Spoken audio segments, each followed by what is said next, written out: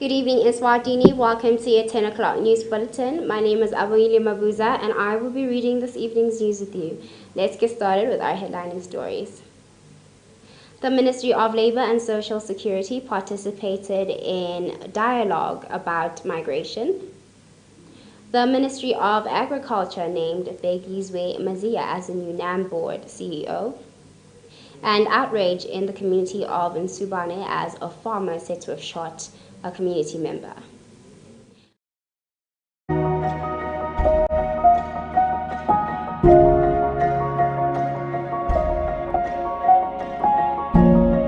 Now, the Ministry of Agriculture announced the new CEO of NAM board.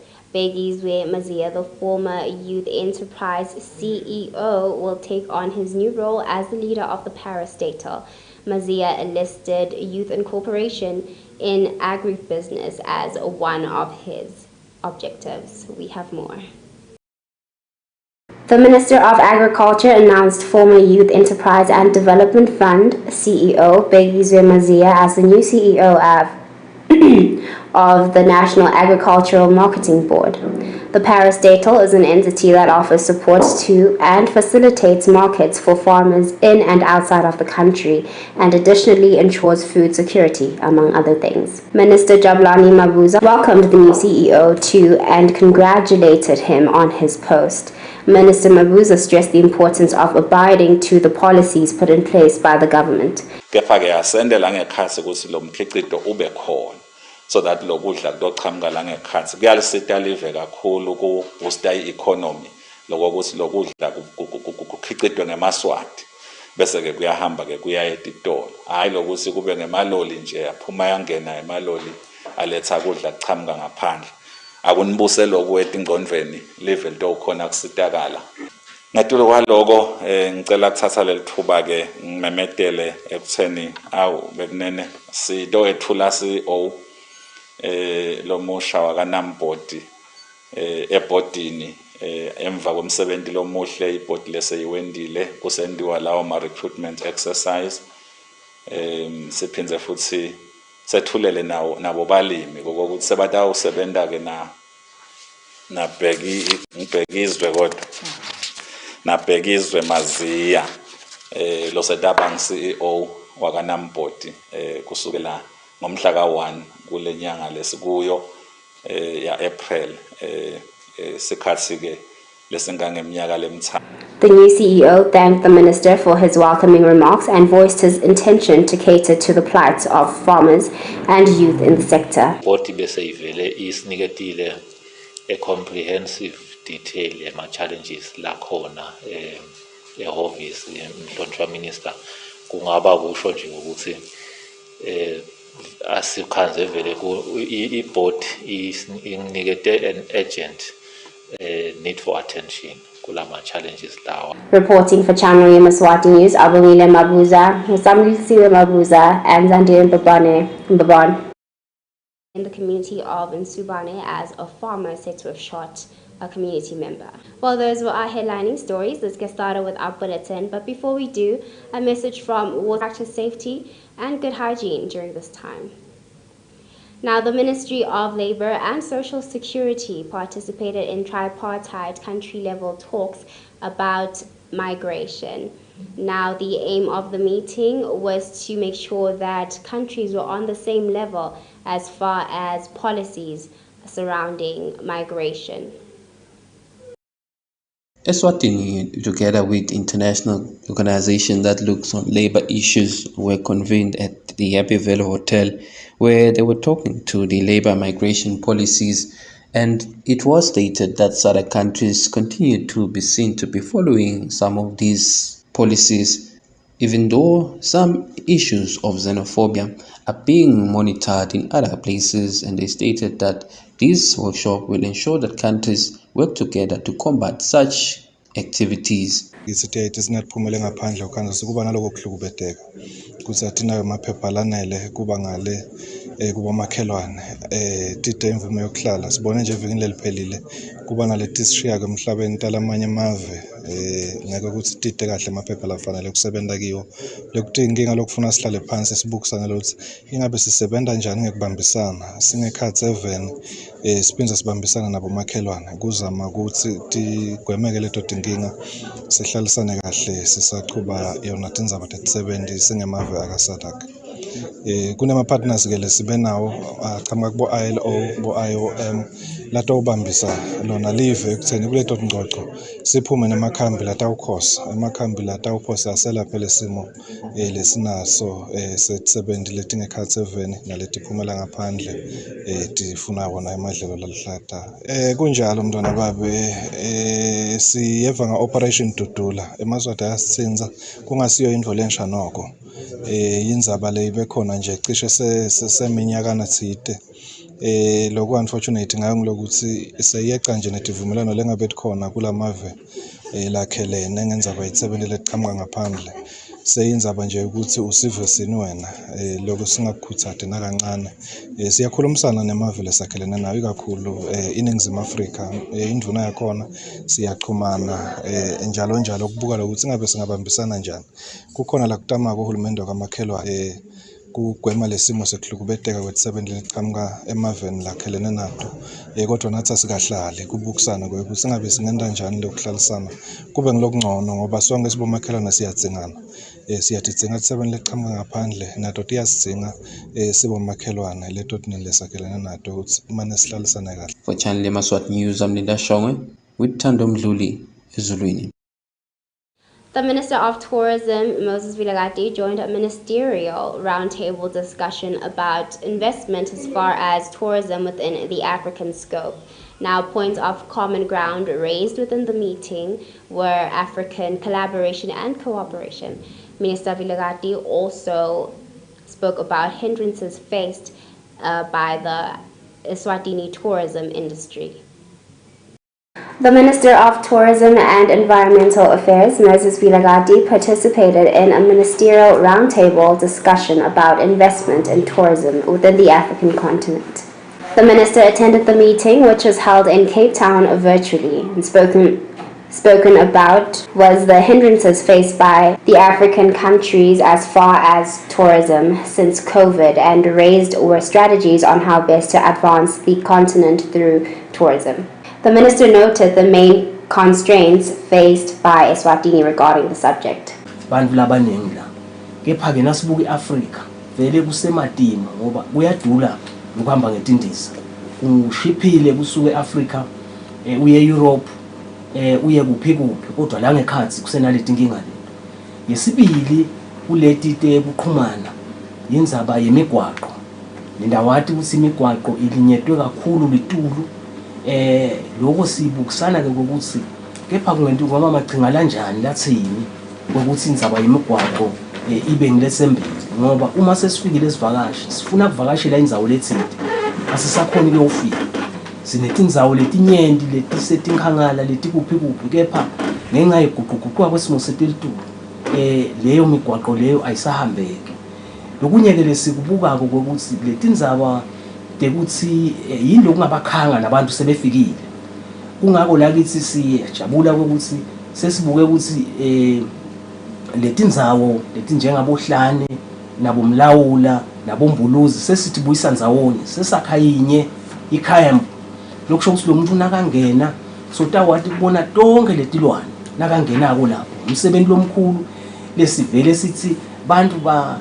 Reporting for Channel Yemaswati News, Abongile Mabuza, with Samdelisiwa Mabuza, Baban. The Minister of Labour and Social Security launched the National Skills Audit Report. Now, the audit reported gaps within formal training and also the shortfalls when it comes to meeting the labour demand. The country today launched the Eswatini National Skills Audit, where they had findings on their survey that shows that overall manufacturing sector is the largest contributor to the country's GDP with 30%, and it's also the largest employer with 33%, followed by the wholesale at 12.9% and retail, finance, insurance at 12.4%, agricultural, forestry and fisheries at 8.41%. The youth make the largest proportion age category of employed people in majority of industries, even though they are slightly below 50% of the total employed group. Ikhe sidinga kuphi lokwenta ukuthi labaningi bathi sebafundzele bangacasheki noma bathi sebacashekile kukhanze ukuthi abakhoni kuyenta le misebenzi. Kubukisana nje lo mbiko uqukethe impela tincomo letikhona kubuka lokho ukuthi kungabanjiswana njani ukuthi lele baqeqeshekile ngekhathi eveni babe ngilabatawomitha letidzingo letikhona emakethe.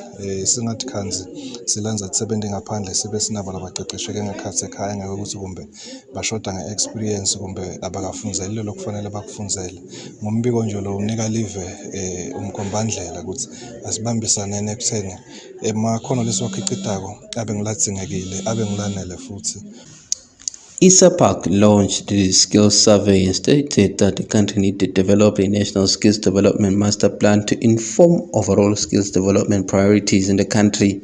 For a 5-year cycle, there should be joint collaboration between Ministry of Labour and Social Security, the Ministry of Education and Training, Economic Planning and Development, the Ministry of Commerce, Industry and Trade.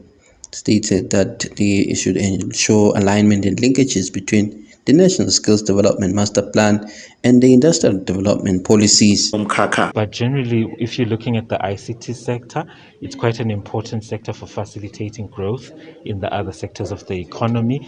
And so their employers are quite demanding in terms of the qualifications that they're looking for. Channel Yemaswati News, I'm Leader Shong with Kimberly Mavuso. Babane. Now, students at UNESWA have vowed to persist with their striking efforts until the government and the university address their grievances. Now, the students shut down their campus at ESWATINI today. Today, the students of the University of ESWATINI ESWATINI campus shut down the campus operations. These students of UNESWA say they will not rest until their grievances are addressed by the university and the government. Sinenkinga yokuthi bafunze abakhona ukuthola ema-allowances abo. Basinikile but bashoda labanye. If we don't fight for the students laba nema-injustices la, who is going to fight for them? Uthi Che Guevara, every injustice you see kulo munye umfundzi noma kulo munye umuntu emhlabeni, it's an injustice to yourself. So you have to fight ukuthi sonke sibe equal. We are talking about inequality. Bafunzi bede ema-allowances. La ngekhathi sifunza ema-learning conditions akasiwo mnanzi. Uma ngakutshela ukuthi uma ngihlala edeskini nginempahla etibalile. But uma ngifika edeskini ngihlala ngidawo ngcola. Lama-desk ayabhula. Iphi i-equality education? Where is that a conducive learning environment? Akekho. Ngiyalona bafunzi nibheke ukuthi ngithatha sinyathelo siphi kuze kube kunini. Sithi thina enyuvesi ayi-address ema-grievances ethu. Ingafuni ukuthi sicoshe because kusicosha akwasona. Sikuzamile before basicosha sibuye sibuye fighting for the same thing. Right now I address ama-issues ethu. Sine issues issue ekhona yilenye issue yema-refunds. Bafunzi bebahlala ekhathi 2019 makuqala 2020 academic year. Beqala i-COVID-19. Sathela 3 weeks but 5.2 mnyaka wonke. But kude ama-refunds. Sikhuluma namhla solo basithembisa in one of the meetings some months back bathi tawungena ku Friday. There is nothing lesifundzako online. Unguthi ngifunze njani online ube wena uthi angibhala umsebenzi unete online but ngusubmit face to face. Imagine ngihlala kalavumisi uthi lo msebenzi ngusubmit face to face. How am I going to submit that assignment? So it's high time ukuthi bafunzi basukume because it's about the mass population. Ufuma ngabe thina sesifuna bafunzi baphatheke kahle. Wonke umuntu lokhona la ngaphandle affected. Kunemfana lofundzako. If it's not me today, tomorrow taba kungumfana. This report was compiled by Gary Carlos in Matapa.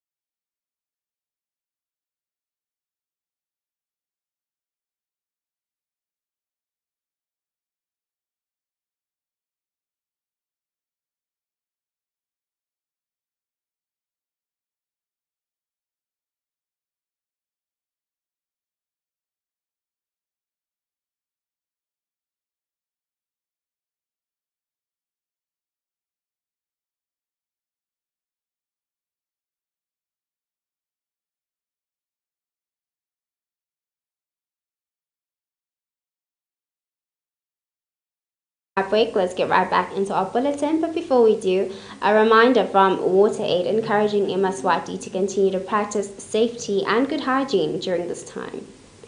Now, residents of Nsubane are up in arms about a number of things within the community, especially now after one of their own lost their lives at the hands of a farm owner. The residents say that they want answers. The residents from Subani at Galavumisa are complaining that there is a new owner that has bought the new farm, and he is someone that seems to be damaging the livestock, and that he has also killed a person at that area. So today, the angry residents went to the farm demanding that the owner of the farm be jailed.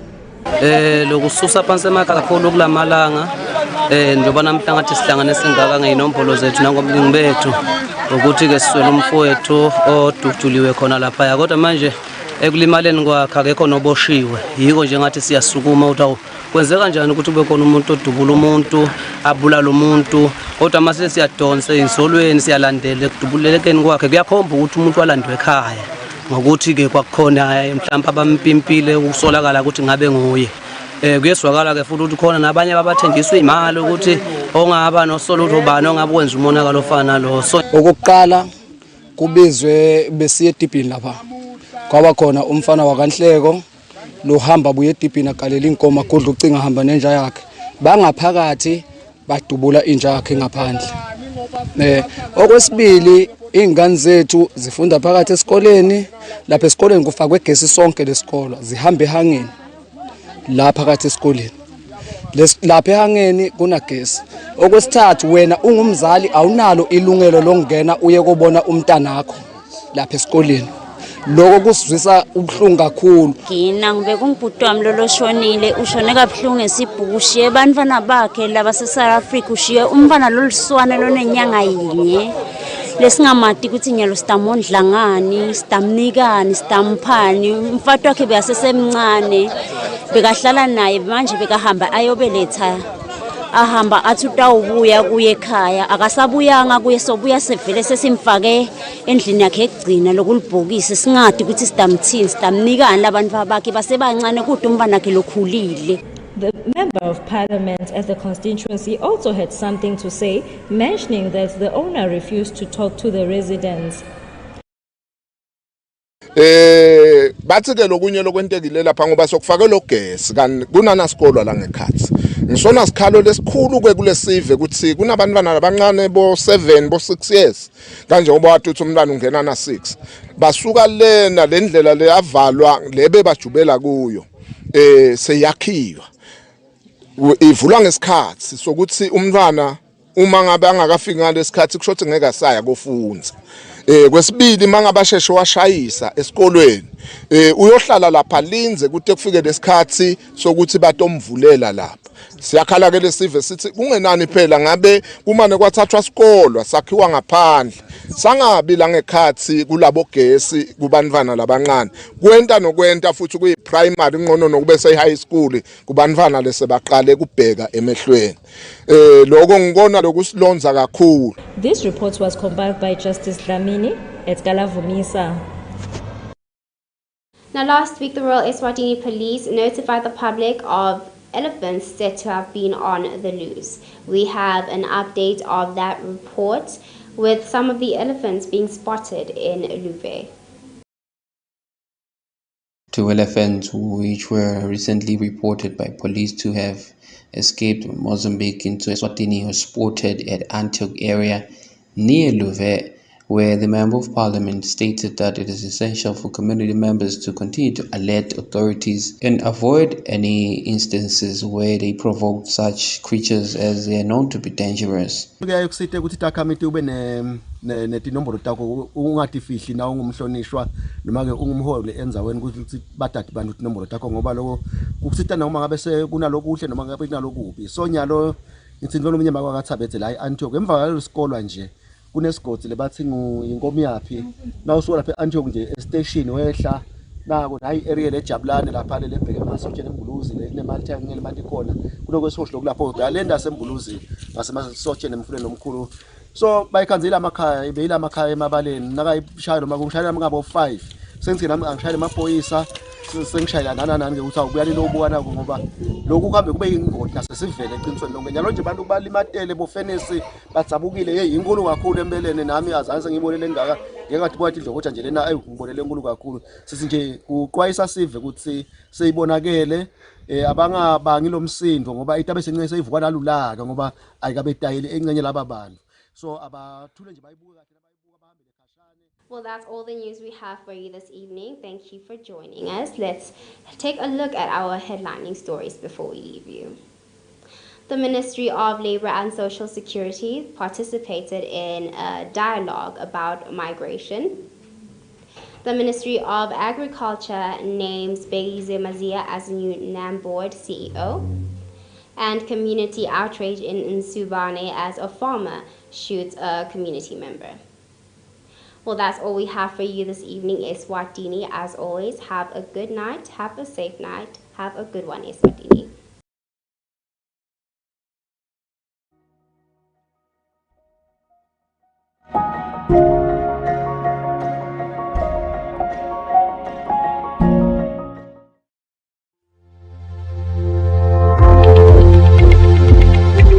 This weather forecast is proudly brought to you by FSRA.